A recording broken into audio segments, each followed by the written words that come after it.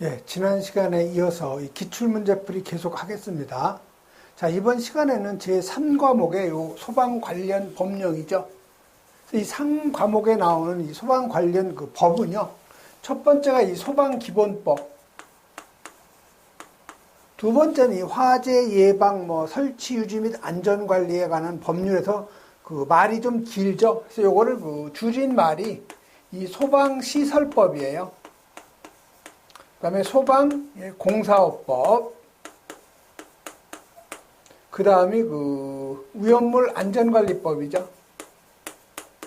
그 다음 나오는 것이 그 다중이용업소의 안전관리에 관한 특별법, 이걸 우리가 다중이용업소법이라고 하죠. 그래서 이렇게 5가지가 이제 그 관계 법령에 나오는 그 법규인데요. 주로 가장 많이 나오는 것이 바로 요 설치 유지 및 안전관리에 관한 법률, 즉 소방시설법이 거의 한 10문제 정도는 여기서 나와요. 그 다음에 두 번째 많이 나오는 것이 바로 요 소방기본법이 한 4문제 정도, 그 다음에 그 공사업법이 한 2문제, 그 다음에 위험물 안전관리법이 2~3문제, 그 다음에 다중이용업소법이 한 5문제 정도, 그러면 총 지금 16, 여러분 한 5문제 정도 나오죠.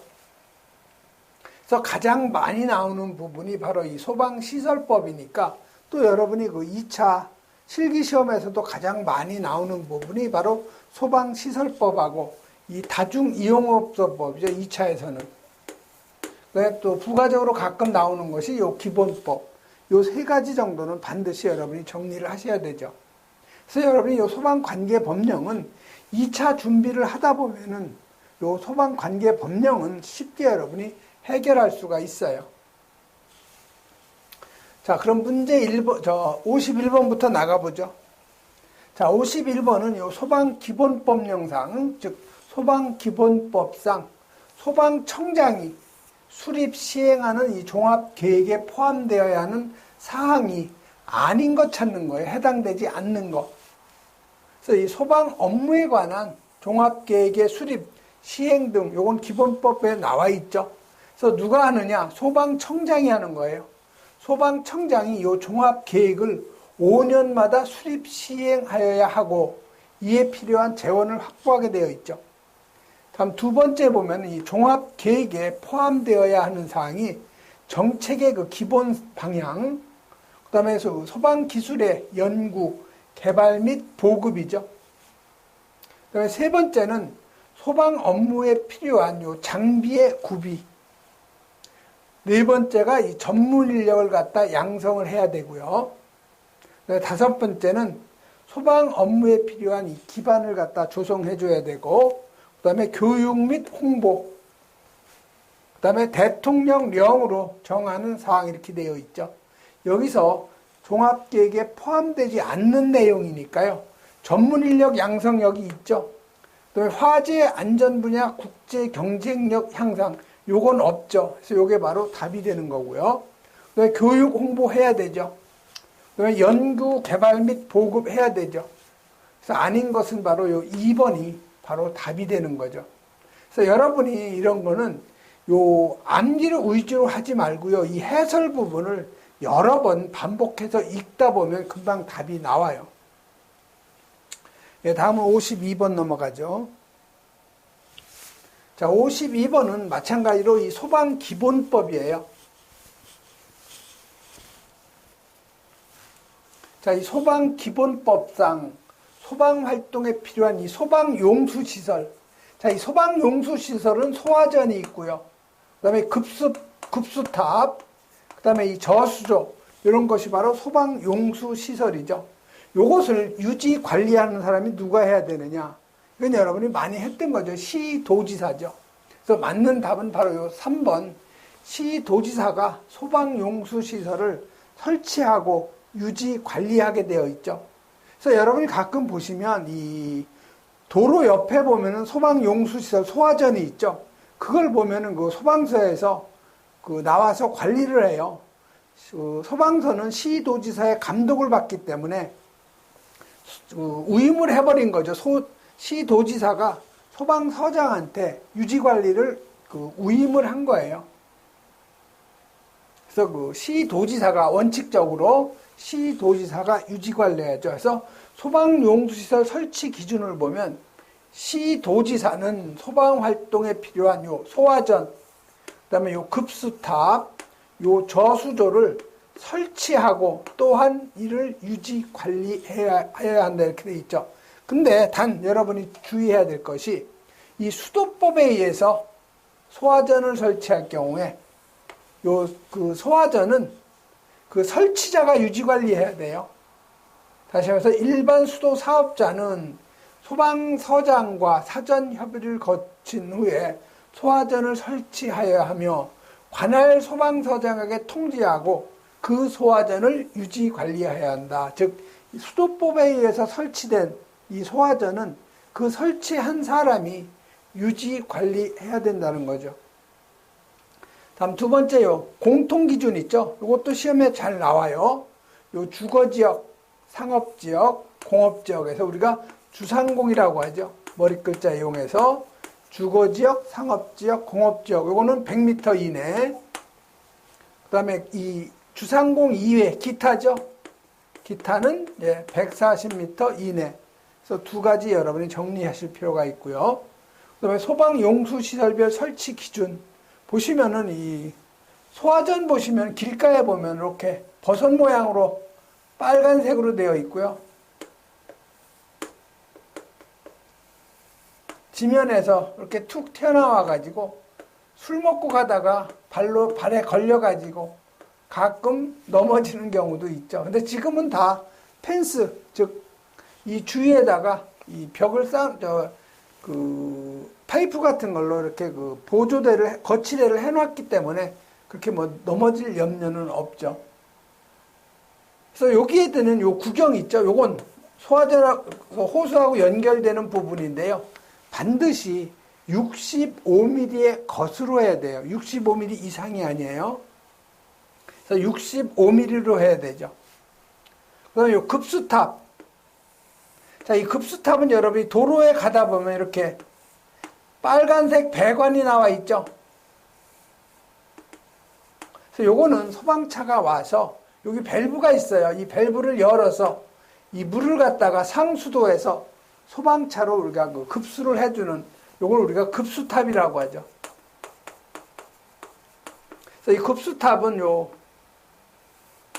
밸브가 시험에 잘 나오죠. 요게 1.5m 이상, 1.7m 이하로 되어 있죠. 그래서 요 급수 배관의 구경은 100mm 이상.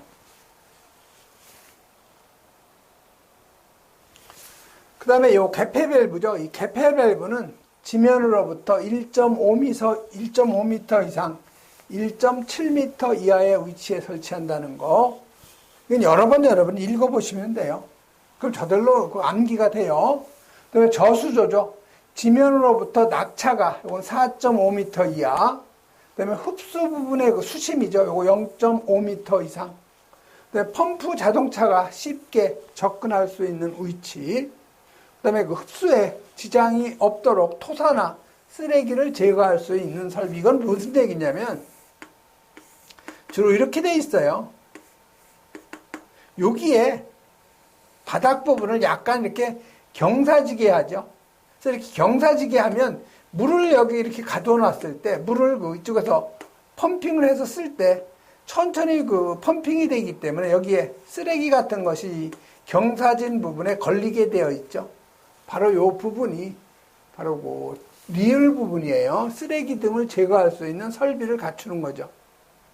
그 다음에 그 미음에 가면은 요 흡수관 투입구죠.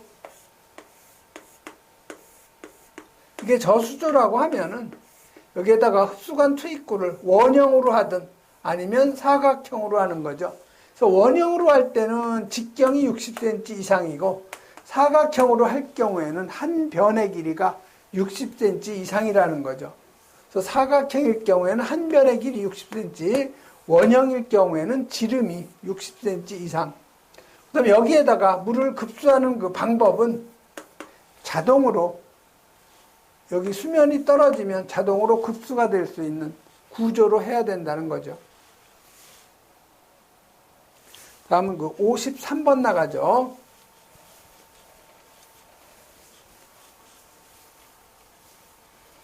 자, 53번은 마찬가지로 소방기본법이에요. 그래서 이 소방기본법상 명시적으로 규정하고 있는 이 화재 경계지구, 기가 따갑게 한 부분이 바로 화재 경계지구죠. 그래서 이 화재 경계지구는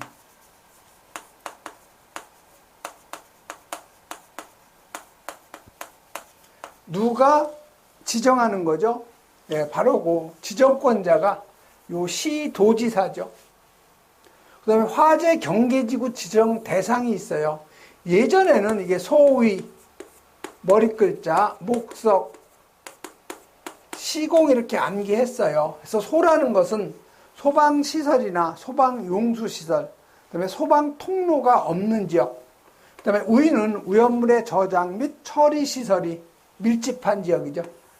목은 목조 건물 밀집 지역, 석은 석유화학 공장이 생산하는 공장이 있는 지역, 그 다음에 시가 시장 지역이고, 공이 공장 및 창고 밀집 지역이죠. 하나 추가된 것이 요게 산업안전단지, 산업단지예요. 산업단지 요게 6번.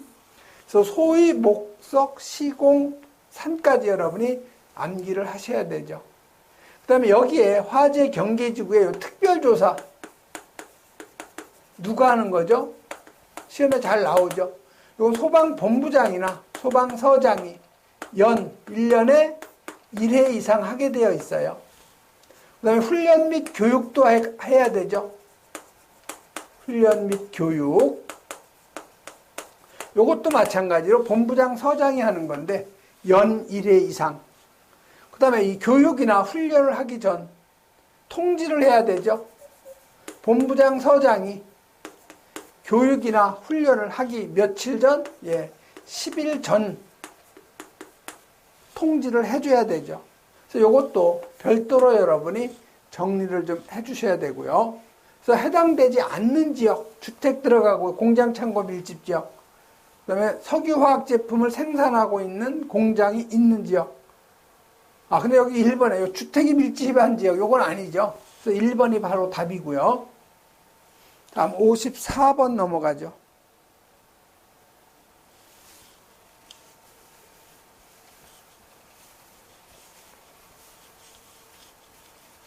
자, 54번은 이 소방기본법상, 마찬가지 소방기본법이에요. 소방기본법상 요 특수가연물의 저장 및 취급에 관한 기준 중 옳지 않은 거죠. 자, 살수 설비를 설치할 경우에는 쌓는 높이는 15m 이하 맞죠?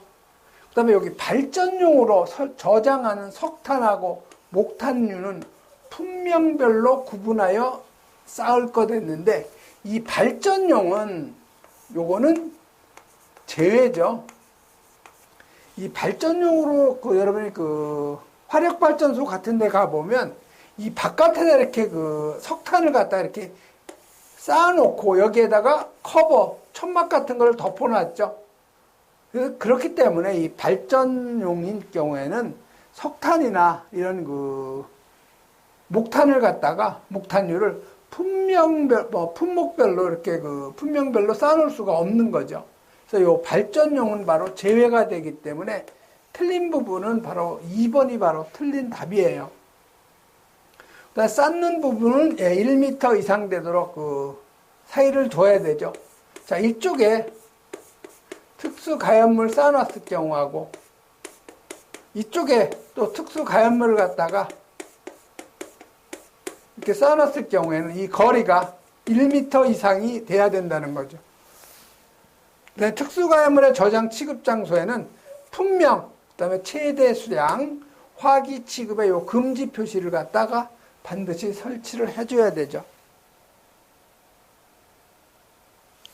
자, 그러면 여러분이 요 특수가연물 저장 및 취급의 그 기준,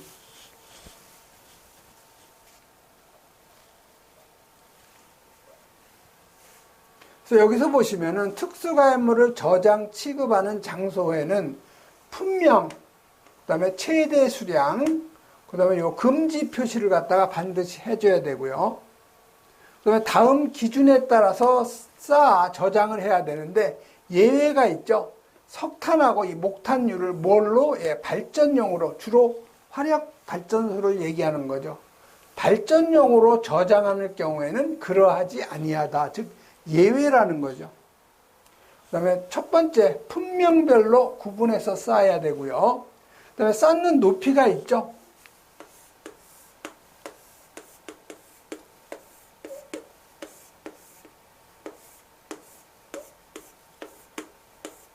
자, 이게 특수 가연물일 경우에 이 쌓는 높이는 원칙적으로 일반적인 기준은 10m 이하죠. 그런데 여기에다가 이 주위에다가 연결 살수 설비 아니면 그 대형 소화기를 설치할 경우에는 15m 이하죠.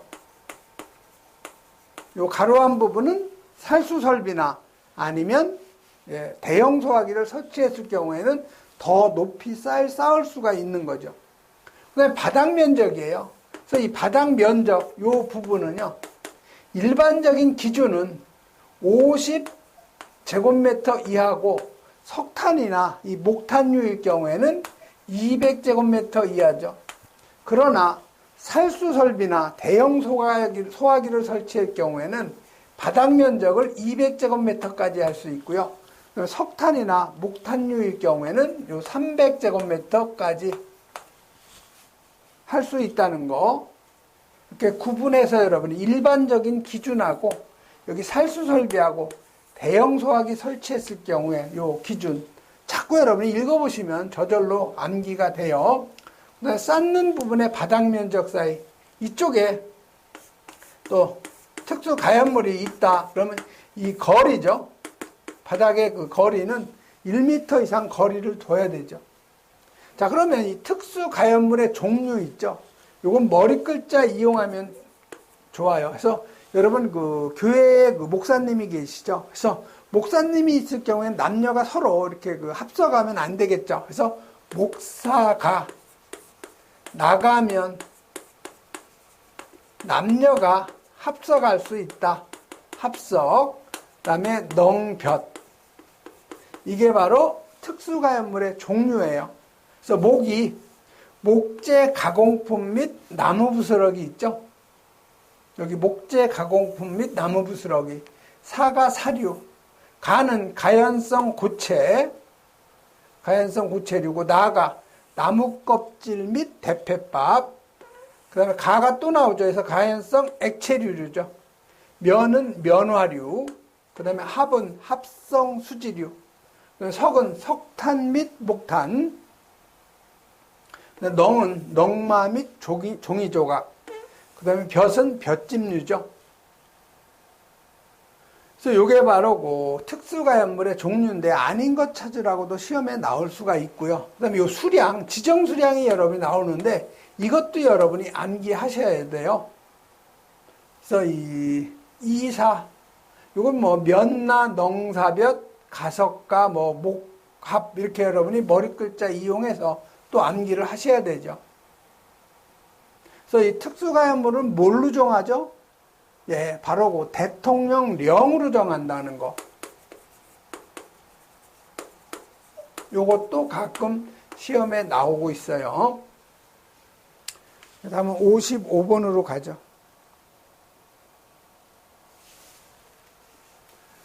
자, 그러면 지금 소방기본법이 몇 문제 나왔어요? 지금 4문제 나왔죠. 4문제. 소방기본법이. 자, 55번은 소방공사업법에서 나온 문제예요. 소방공사업법. 그래서 이 공사업법은 2차 실기시험하고 큰 관계는 없어요. 소방공사업법은. 단지 요거는 그 1차에 법령 쪽에서 나오는 건데 많이는 안 나와요. 자, 소방공사법령상 소방시설업. 자, 소방공사업에서 소방시설업이라고 하는 것이 뭐예요? 예, 소방 설계업 있죠? 설계하면 그걸 공사해야 되죠. 그래서 소방공사업, 소방시설 공사업, 소방시설 설계업, 그 다음이 소방시설 감리업이죠. 그 다음에 방염 처리업. 이 방염 처리업이 전에는 설치 유지 법률에 있다가 이 공사업으로 넘어온 거죠. 그래서 이게 바로 소방시설업의 그 종류예요. 여기서 물어본 거는 이 소방시설업자가 지위 승계가 가능한 자에 대해서 모두 고르라는 거죠. 자, 이 기억에 가시면 소방시설업자가 사망했을 경우에 그거를 상속하는 사람이 당연히 지위 승계할 수가 있는 거죠. 소방시설업자가 영업을 다른 사람에 양도했을 경우에 그 양도한 걸 받은 사람, 양수인이죠. 우리 집을 팔면 매도인, 파는 사람, 그걸 사는 사람을 우리가 매수인이라고 하죠. 그래서 마찬가지로 그 시설업을 갖다가 다른 사람에 팔았을 경우 파는 사람을 양도인, 그걸 받는 사람, 산 사람은 양수인이라고 하죠. 그다음에 디귿, 법인이 서로 합병됐을 경우에 합병에 의해서 설립되는 법인, 당연히 지위승계할 수가 있는 거고요. 그다음에 요 폐업 신고로 인해서 등록이 말소가 된 후에 6개월 이내에 다시 소방시설업을 할 수가 있죠. 이럴 경우에 등록을 한 자, 당연히 지위승계할 수 있죠. 그래서 기역, 니은, 디귿, 리을에서 요 네 사람은 다 지위승계를 할 수가 있는 사람들이죠. 그래서 해설 쪽에 보면 지위승계가 가능할 경우는 그 상속인하고 그 다음에 양수인,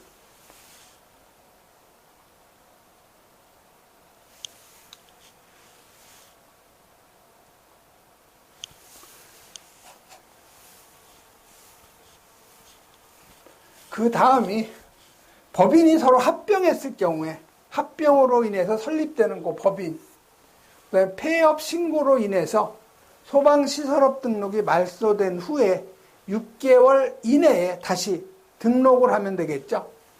그 사람도 마찬가지로 지위승계가 그대로 되는 거죠. 자, 문제 56번. 자, 56번은 이건 뭐예요?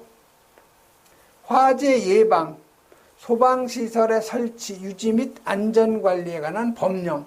이거를 법제처에서도 이거를 계속 말이 길으니까 약칭으로 쓰는 거죠. 법제처에서도 인정을 한 거예요, 약칭. 약칭이 뭐냐면 이게 소방시설법이라고 하는 거죠. 그래서 강의할 때는 소방시설법이라고 할게요. 그래서 이 소방시설법상 특정 소방 대상물에 대해서 요 점검 장비 있죠. 점검업을 하려면 이 점검 장비를 갖다가 점검을 해야 되는데 옳지 않은 거예요. 그래서 가장 여러분이 이거 예전에는 등록의 그 장비 기준이었었는데 그 장비 기준에서 빠지고요. 등록 기준에서 빠지고 점검 장비로 이렇게 별도로 나와 있는 거죠. 그래서 이게 소방시설별 점검 장비인데 우리가 종합정밀점검은 반드시 이 점검 장비를 갖다가 이용을 해서 점검을 하여야 한다 이렇게 시행규칙에 나와 있고요. 그래서 작동기능점검은 이 소방시설별 점검 장비를 사용하지 아니할 수 있다 이렇게 돼 있어요. 그러니까 종합정밀점검은 반드시 점검 장비를 가지고 점검을 해야 되고 작동기능점검은 이 점검 장비를 사용하지 않아도 된다고 이렇게 되어 있어요. 자, 보시면 지금 공통시설 있죠. 모든 소방시설에 대해서 점검 장비를 사용해야 되는 것이 요게 방수압력 측정계하고 요 절연저항계, 그다음에 전류전압 측정계에서 공통적인 시설에 사용되는 것이 방절전이에요. 방수압력 측정계, 절연저항계, 전류전압 측정계에서 방절전. 이거는 실기시험에서도 자주 나오니까 여러분이 암기하셔야 돼요. 자, 소화기구는 예전에 뭐 메스 실린더, 뭐 반사경 여러 가지가 있었는데 간단히 줄였죠. 저울 하나예요. 저울. 소화기구. 그다음에 옥내 소화전 설비하고 옥외 소화전 설비는 소화전 밸브 압력계. 이 소화전 밸브 압력계는 여러분이 그 옥내 소화전 방수구 있죠. 자, 소화전 방수구의 말단에 가면 뭐가 있어요? 여기 앵글 밸브가 있죠. 자, 이 앵글 밸브에다가 바로 방수를 안 하고 압력계가 달려있는 것이 있어요. 요 놈을 갖다가 설치해서 우리가 압력을 측정할 수 있는데 이것이 바로 이 소화전 밸브 압력계죠. 그래서 옥내 소화전하고 옥외 소화전은 예, 밸브 압력계에서 요거 밸브 압력계에서 그 다음에 요 스프링클러 설비하고 이 포소화 설비는 전역 방출 방식일 경우 반드시 뭐가 들어가요? 헤드가 들어가죠. 헤드. 스프링클러는 당연히 헤드 들어가고요. 포소화 설비도 호스릴 방식이 아닐 경우에는 포헤드, 그 다음에 포워터 스프링클러 헤드를 설치하죠. 그러니까 헤드를 결합할 수 있는 렌치, 육각 렌치예요. 우리 결합할 수 있는 해서 헤드 결합 렌치 하나밖에 안 들어가죠. 그 다음에 이제 가스계 소화 설비예요. 자, 이산화탄소 소화 설비, 분말 소화 설비, 할로겐 화합물 소화 설비, 청정 소화 약제 소화 설비, 가스계 소화 설비에는 자, 검량계 들어가죠. 그 다음에 기동관 누설 시험기, 그 다음에 그 밖에 소화 약제 저장량을 측정할 수 있는 예, 점검기구죠. 그래서 검기소 이렇게 머리 글자 이용해야 되겠죠. 그 다음에 요 자동화재 탐지 설비, 즉 예, 자동화재 탐지 설비하고 요 시각 경보기죠. 자, 그러면 자동화재 탐지 설비는 주로 이제 감지기죠. 감지기. 그래서 열 감지기 시험기, 그다음에 연기 감지기 시험기, 그다음에 공기 주입 시험기, 즉 차동식 분포형 공기관식 있죠. 그건 이 공기관식 공기 주입 시험기가 있어야 돼요. 주사기 같이 생긴 거죠. 그래서 공기 주입 시험기. 그다음에 요 감지기 찍으려면 천장 높이 있기 때문에 뭐가 있어요? 폴대가 있어야 되죠. 그래서 감지기 시험기 연결 폴대라고 그래요. 폴대, 우리 볼대라고 하죠. 그래서 요거 감지기 시험기 연결 폴대, 그다음에 유량계 들어가죠. 유량계가 음량계. 음량계는 어디에 써요? 경종이 1m 거리에서 90dB 이상 나오는지 확인해야 되겠죠. 그래서 음량계. 그래서 열연, 공감, 이렇게 여러분이 암기하시면 좋고요. 요 누전경보기는 누전계가 있어야 되고요. 그래서 누전계는 누전전류 측정용이고, 네, 무선통신 보조설비는 무선기가 있어야 되고, 이건 통화 시험용도. 그다음에 요 제연설비는 풍차폐예요. 풍속, 풍압계, 그다음에 차압계, 그다음에 폐쇄력 측정기에서 풍차폐 이렇게 여러분이 머리 글자 풍차폐. 그다음에 통로 유도등, 그다음에 비상 조명등 이건 다 조도계가 있어야 되는데 최소 눈금이 0.1럭스 이하인 것이죠. 자, 그러면 옳지 않은 거 찾는 거죠. 자, 헤드 있으니까 헤드 결합 렌치 들어가죠. 청정 소화 약제, 가스계 소화 설비죠. 그래서 기본적으로 들어가는 것이 방절전이죠. 그러니까 당연히 절연 저항계 들어가죠. 자, 옥내 소화전, 차압계가 아니고 요 공통 설비인 방절전하고 소화전 밸브 압력계죠. 그래서 요 3번이 바로 틀린 거죠. 이 차압계는 어디에 들어가요? 제연 설비에 들어가는 거죠. 그 다음에 4번에 제연 설비에 폐쇄력 측정기 들어가죠. 그래서 제연 설비에는 풍차폐라고 그랬어요. 풍속, 풍압계, 그 다음에 차압계, 요 폐쇄력 측정기, 요게 3개가 들어가는 거죠. 그래서 이 56번 같은 경우는 여러분이 꼭 정리를 좀 해 놓으셔야 되죠.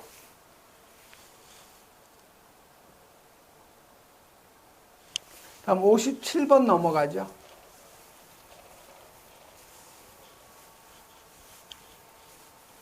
자, 57번도 뭐예요? 소방시설법에서 나온 거죠.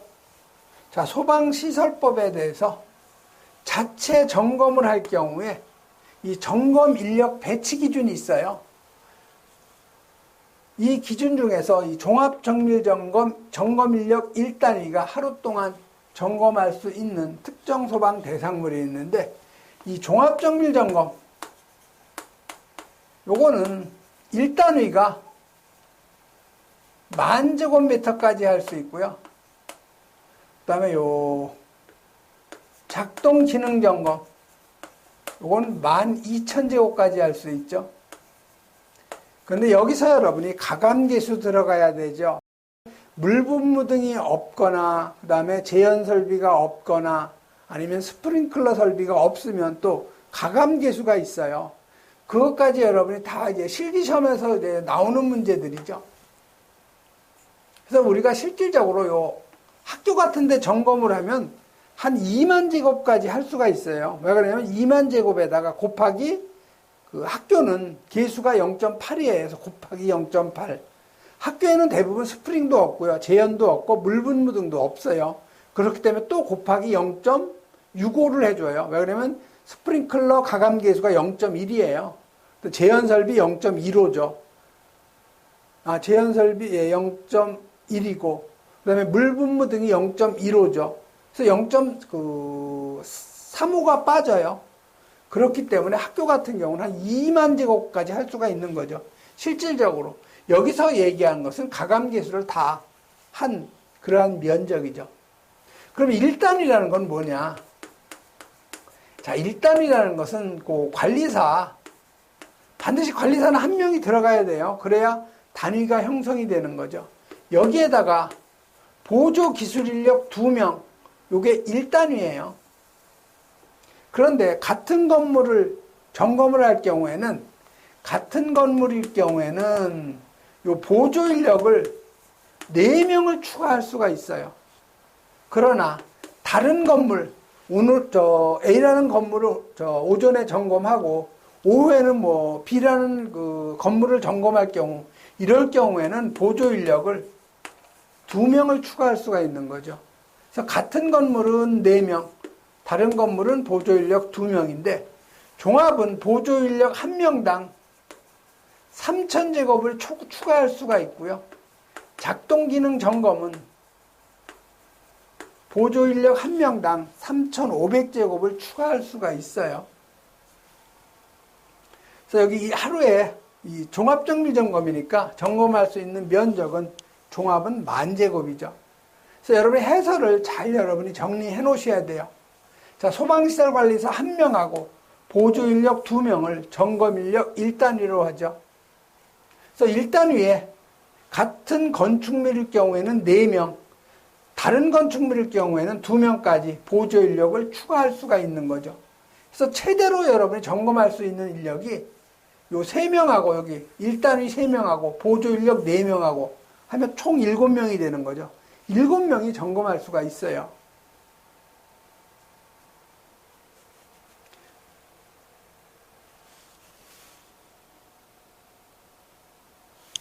자, 보시면 여기 소규모 점검이라고 또 있죠.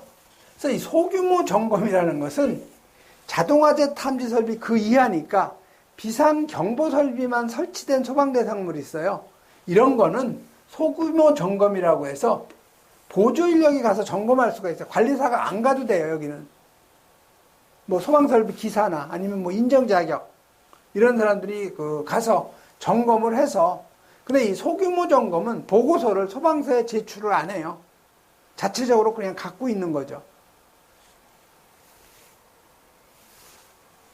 그래서 점검 인력 1단이라는 것은 관리사 1명하고 보조 인력 2명, 추가 보조 인력은 다른 건물 점검할 경우에는 2명이고 같은 건물을 점검할 경우에는 4명까지 추가할 수가 있는 거죠.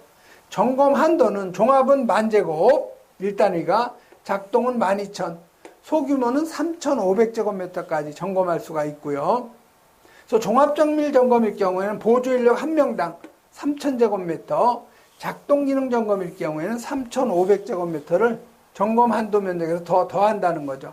그래서 예를 들면 1단위에다가 보조인력 1명 추가가 되면 10,000제곱에다가 3,000 추가한 13,000제곱까지 할 수 있고요. 작동은 3,500 더한 13,500제곱미터까지 점검할 수가 있는 거죠. 또 2명을 하면은 6,000, 3명을 하면은 9,000, 그 다음에 4명을 하면은 12,000까지 추가적으로 점검 한도 면적이 늘어나는 거죠. 작동일 경우에는 3,500씩 늘어난다는 거. 저희는 이걸 맨날 점검을 하기 때문에 미리 점검하러 가기 전에 오늘 몇 개를 해야 되면 그 미리 계산을 해요. 일이 넘는지 안 넘는지. 그래서 일이 넘으면 점검 인력 1단위에다가 거기다 보조 인력 한 명 더 데리고 가는 거죠. 그래서 여러분이 이거는 실무적으로 가서 여러분이 부닥쳐야 돼요. 그러면 저절로 암기가 되죠.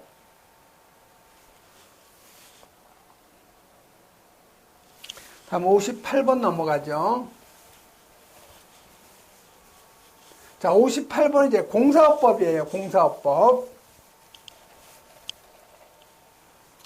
자, 소방시설 이 공사업법에 대한 문제죠. 그래서 이 중급 기술자 이상의 소방 기술자를 갖다가 배치해야 되는데, 요 배치 기준에서 옳지 않은 거, 우리 공사 현장에다가 지금 그 기술자를 배치하게 되어 있어요. 그래서 요 배치를 기준인데 옳지 않은 것 찾는데 무슨 해설부터 한번 보시죠. 자, 소방 기술자의 그 배치 기준이에요. 공사업 현장에다가 공사 현장. 자, 특급 기술자 연면적 20만 제곱미터 이상일 경우에는 특급 기술자를 배치해야 되죠. 그 다음에 지하층 포함한 층수가 40층 이상일 경우 특급 기술자, 그 다음에 고급 기술자 배치해야 되는 그 현장은 연면적 3만 제곱미터 이상 30만 제곱미터 미만, 단 아파트는 제외예요. 지하층 포함한 층수가 16층 이상 40층 미만. 중급 기술자를 배치해야 할 경우에는 요 물분무 등하고 그다음에 요 제연 설비인데, 여기 호스릴 방식 소화 설비는 물분무 등에서 제외한다는 거죠. 그래서 이 호스릴 방식은 CO2나 대부분 이 주차장에 이산화탄소 호스릴 방식을 많이 설치해서 점검하다 보면은, 그래서 이거는 중급 기술자를 배치하지 않아도 된다는 거죠. 연면적 5천 제곱미터 이상 3만 제곱미터 미만, 당연히 아파트는 제외가 되고요. 여기 연면적 1만 제곱미터 이상 20만 제곱미터 미만, 여기 오타가 났어요. 뒤에 미만인, 이게 아파트죠. 즉 만 이상 20만 제곱미터 미만인 아파트는 중급 기술자를 배치해야 되고요. 초급 기술자를 배치해야 되는 것은 연면적 1000제곱 이상 5000제곱미터 미만, 아파트는 제외, 연면적 1000제곱미터 이상 1만 제곱미터 미만인 아파트, 지하구 공사 현장, 그 다음에 인정자격 수첩받은 사람, 여기는 1000제곱미터 미만이죠. 그래서 물어본 거는 요 중급 기술자 아닌 것 찾는 건데, 여러분이 이거 다 암기하려면 굉장히 힘들겠죠. 그래서 요 중급 기술자에 틀린 거는요, 여기 보시면 호스릴 방식, 호스릴 방식은 제외라고 그랬죠. 중급. 여기 보시면 호스릴 방식 소화 설비는 제외해서 요 1번이 옳지 않은 답이에요. 그래서 58번 같은 경우는 요건 암기하려고 여러분이 많이 노력을 해야 되는 거죠. 이런 거는 여러분 실기시험에서도 나올 수가 있는 거예요.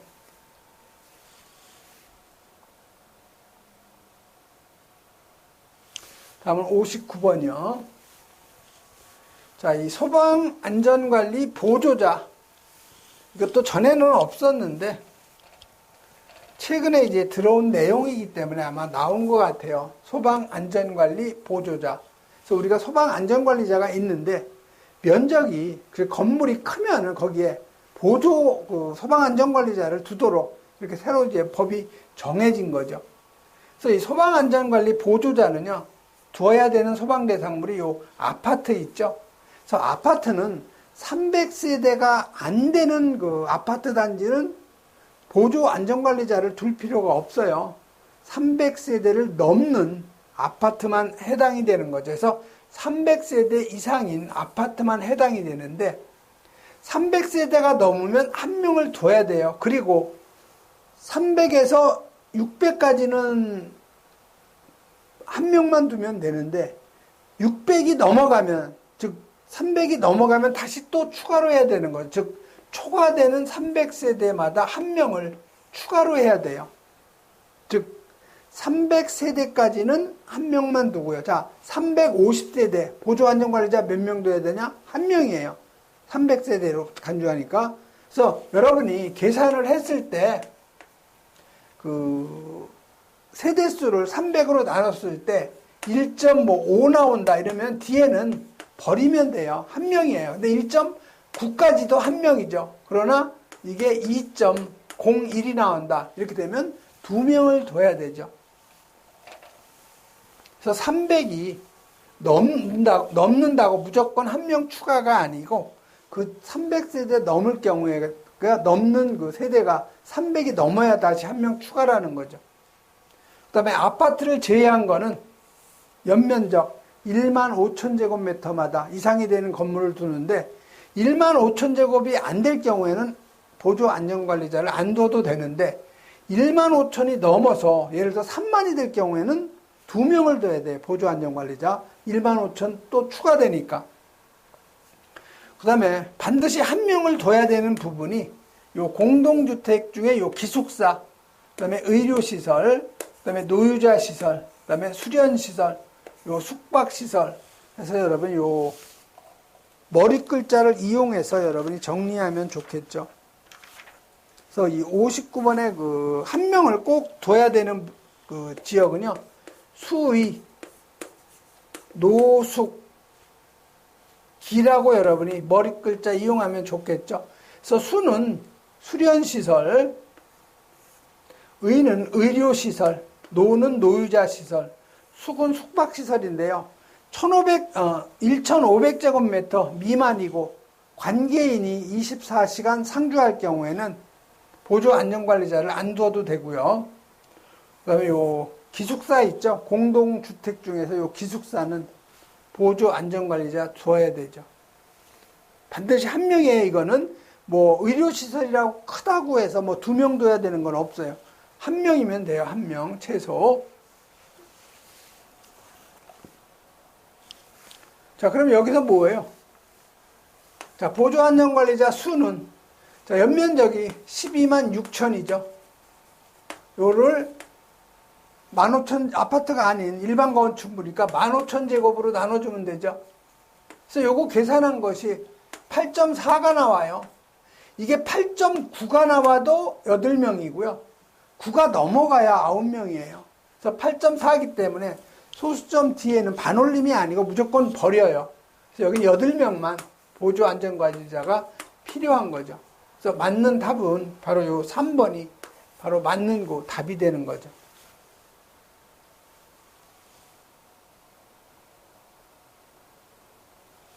다음 60번 넘어가죠.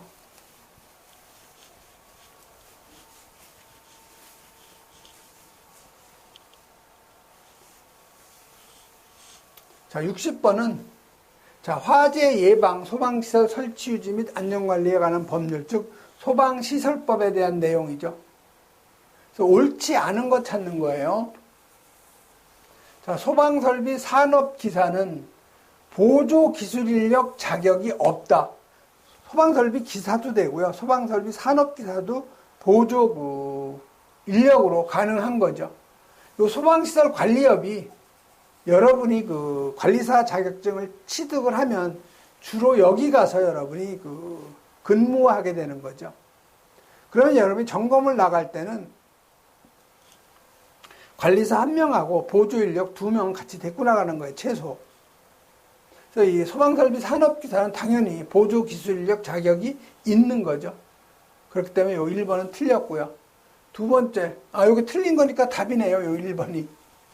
자, 보조기술인력은 소방설비기사 2명 이상, 소방설비기사도 되고요. 기술 인정 자격도 되고, 소방공무원 경력 3년 이상이면 되는 거죠. 소방공무원 3년 이상, 이 사람도 보조인력 될 수 있고요. 주된 기술인력은 관리사 1명 이상이다. 맞는 얘기죠. 그래서 이 관리업은 하려면 누구한테? 시도지사한테 관리업 등록 반드시 해야 되죠. 필요한 사항은 대통령령으로 정하고요. 그 밖에 발급 신청 등 필요한 사항은 행정안전부 0으로 정하고, 자, 관리업 등록 기준은 지금 기술 인력만 있으면 돼요. 관리사 1명하고 보조 기술 인력 2명 이상이면 되는 거죠.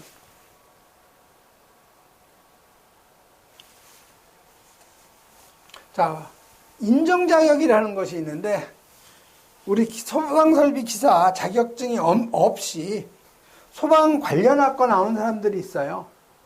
뭐 화학공학과, 뭐 건축공학과, 산업안전공학과 이런 거 나오는 사람도 되는데요.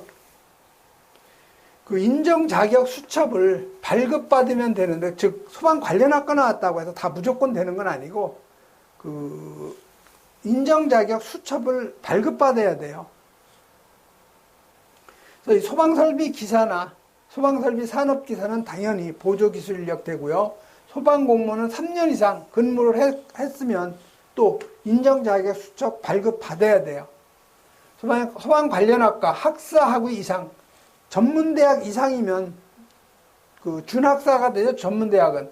그래서 그 준학사도 마찬가지로 학사학위로 여기서 인정되는 거여서 여기는 전문대학이든 4년제 대학이든 다 학사학위를 갖다 취득한 사람이면 다 돼요. 반드시 인정자격 수첩 받아야 되죠. 그 밖에 행정안전부 0으로 정하는 소방기술과 관련된 자격, 경력, 그 다음에 학력이 있는 사람. 다음은 61번 나가죠. 자, 61번은 본부장이나 소방서장한테 이 건축허가 동의를 받아야 하는 건축물 나오는데, 이건 여러분 실기시험에서도 나올 수가 있는 문제이기 때문에 이건 반드시 여러분이 암기하셔야 되죠. 그래서 이 건축허가 동의 대상물이 연면적 400제곱미터 이상인 건축물은 다 해당이 되는데, 특별히 이 학교는 100제곱미터 이상이에요. 그래서 학교 같은 경우는 그 강당 같은 거 신축 지금 많이 하죠. 그래서 요 100제곱미터 이상은 무조건 허가 동의를 받아야 되고요. 그다음에 노유자 시설, 그다음에 요 수련 시설, 요거 200제곱미터, 뭐 200제곱미터 해야 뭐 70평 정도밖에 안 돼요. 그렇기 때문에 다 해당이 되죠. 그다음에 정신의료기관하고 요 장애인 의료 재활시설은 다 300제곱미터 이상 좀 강화시킨 거죠. 그다음에 요 차고 주차장 사용되는 바닥 면적이 200제곱미터 이상인 층이 있는 건축물 또는 주차시설, 그다음에 기계 주차시설 몇 대? 20대 이상. 그다음에 면적에 관계없이 무조건 허가 동의 받아야 되는 곳이 경락고, 항공기 경락고, 관망탑, 항공관제탑, 방송용 송수신탑, 그다음에 지하층이나 무창층 건물로서 바닥 면적 150제곱미터, 지하층이 150제곱미터 이상이면 건축허가 동의 받아야 되고요. 지하층에 이 공연장을 할 경우에는 100제곱미터 이상. 그다음에 우연물의 저장 처리 및 처리시설 및 지하구. 그다음에 노유자 시설 중에서 노인 관련 시설, 아동 복지 시설, 장애인 거주 시설, 정신질환자 관련 시설, 노숙인 관련 시설 중 노숙인 재활시설, 자활시설, 뭐 기타 여러 가지 쭉 나오죠. 그다음에 요양병원은 무조건 들어가요. 요양병원은. 그래서 여기 건축 허가동의 받아야 되는 거, 연면적 150제곱미터 수련시설, 수련시설은 400제곱미터 이상이죠. 자, 주차장으로 사용되는 바닥 면적이 150이 아니고 200제곱미터 이상이죠. 연면적 50제곱미터 이상인 우연물의 저장 및 처리시설. 자, 우연물의 저장 및 처리시설은 면적에 관계없죠. 무조건 다 해당이 돼요. 그래서 여기는 당연히 3번이 여기선 답이 되죠. 4번에 장애인 의료 재활시설. 자, 장애인 의료 재활시설은 몇 제곱미터예요?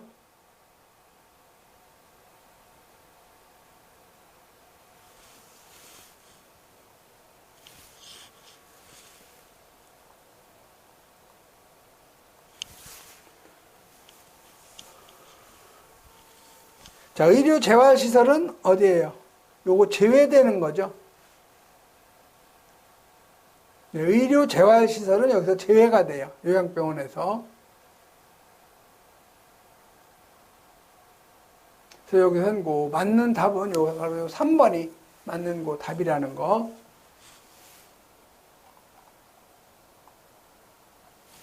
다음 62번 나가죠.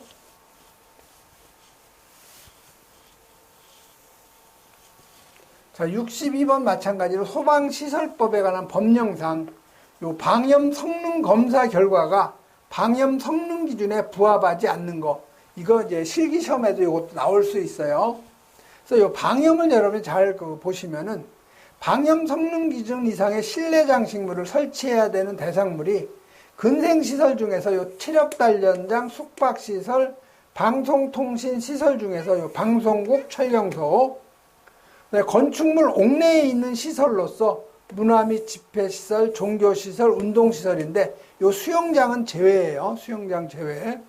그다음에 세 번째, 의료시설 중에서 요 종합병원, 그다음에 요양병원, 정신의료기관, 그다음에 노유자 시설하고, 그다음에 숙박이 가능한 수련시설, 그다음에 다중이용업은 다 해당되고요. 층수가 11층 이상인 거, 단 아파트는 제외. 그다음에 교육 연구시설 중에 합숙소. 자, 제조나 가공 공정에서 방염 처리 대상 물품, 창문에 설치하는 커튼, 블라인드도 포함이 되죠. 그다음에 카펫이나 두께가 2mm 미만인 벽지류, 종이 벽지는 제외가 되죠. 전시용 합판, 무대용 합판 뭐 그런 거. 그다음에 암막, 무대막.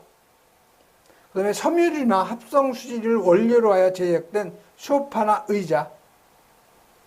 그래서 단란주점 영업이나 유흥주점 영업, 노래 연습장업에 영업장에 설치된 것만 해당된다는 거.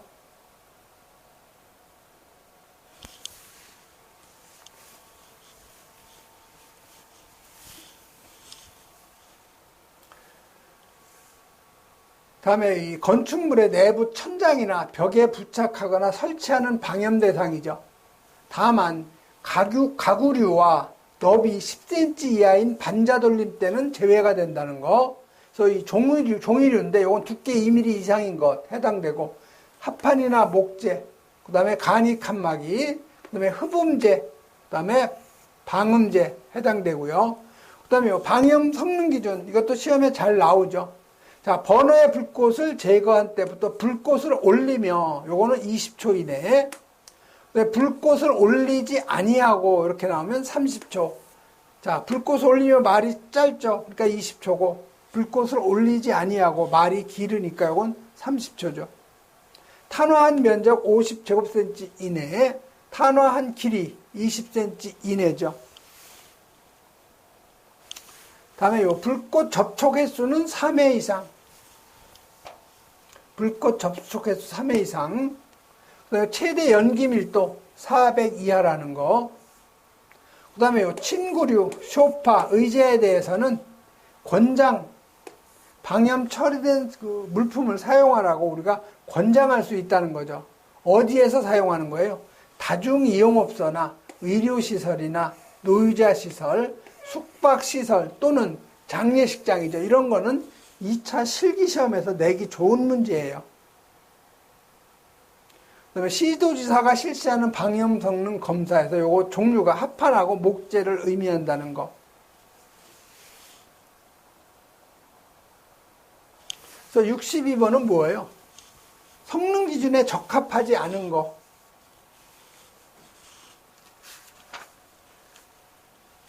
자, 이 탄화한 길이는 몇 cm 이내죠? 20cm 이내죠? 부합하지 않는 거예요. 그러니까 요 1번이 바로 기준이 초과가 된 거죠. 그래서 여기서는 1번이 바로 그 맞는 그 답이 되는 거죠. 그 다음에 2번 보면 버너의 불꽃을 제거한 때부터 불꽃을 올리며 이게 20초 이내죠. 그래서 18초니까 그 적합한 거죠. 자, 불꽃을 올리지 아니하고 이건 30초 이내죠.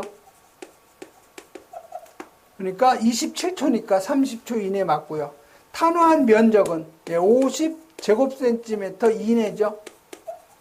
그래서 45제곱이니까 적합한 거죠. 그래서 틀린 것은 바로 1번이에요. 이번 시간에는 62번까지 하고요. 잠시 쉬었다 하겠습니다.